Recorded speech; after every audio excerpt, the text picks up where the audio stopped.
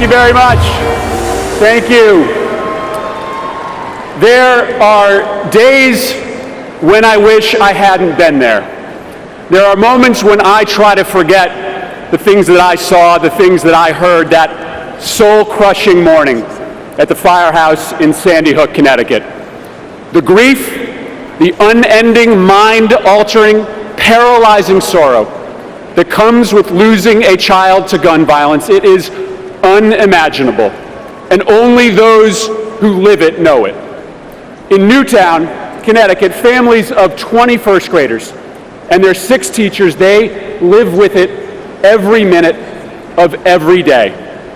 And across the country, each day, unbelievably, 90 families join them.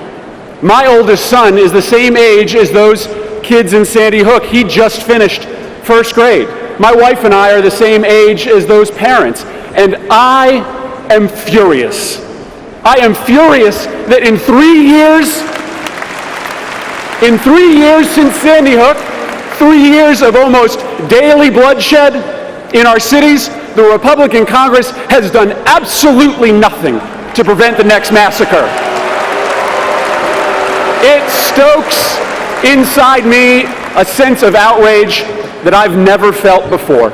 And that's what drove me to stand on the floor of the United States Senate for 15 hours to demand change.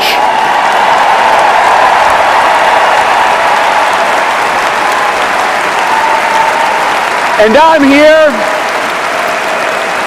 here today because I want a president who shares that same sense of outrage.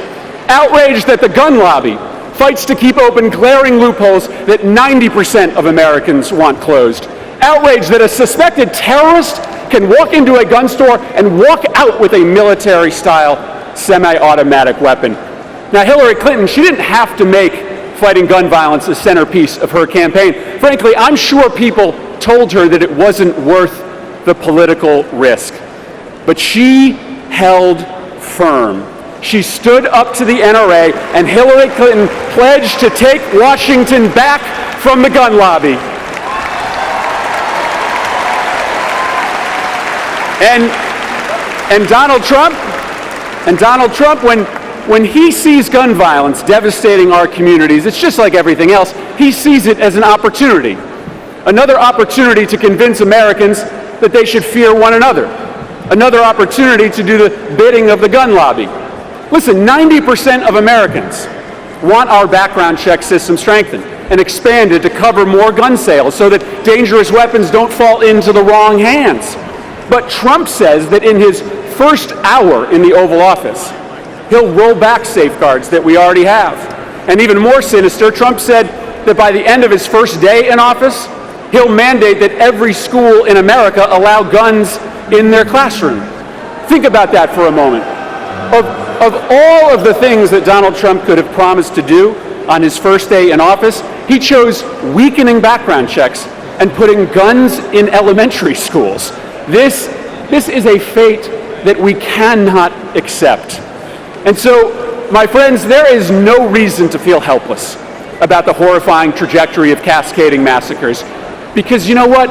We can change this. Smart gun policy, like background checks, it can make this country safer. Now, I stood on the floor of the United States Senate for 15 hours because I had had enough. Enough of children dying in our classrooms. Enough of the nightly bloodshed on our city streets. Enough of our police officers being outgunned, ambushed, and cut down in the line of duty. I've had enough. And friends, it is time to take Washington back from the gun lobby. And I know just how to do it. I want you to start by texting the word laws to 47246. You're going to learn there about the dangerous loopholes in our gun laws. You are going to turn yourself into an activist, and then you are going to go and elect Hillary Clinton as the next president of the United States, because she is a leader who has the empathy and the guts to declare with every fiber in her being that we have had enough. Thank you. you.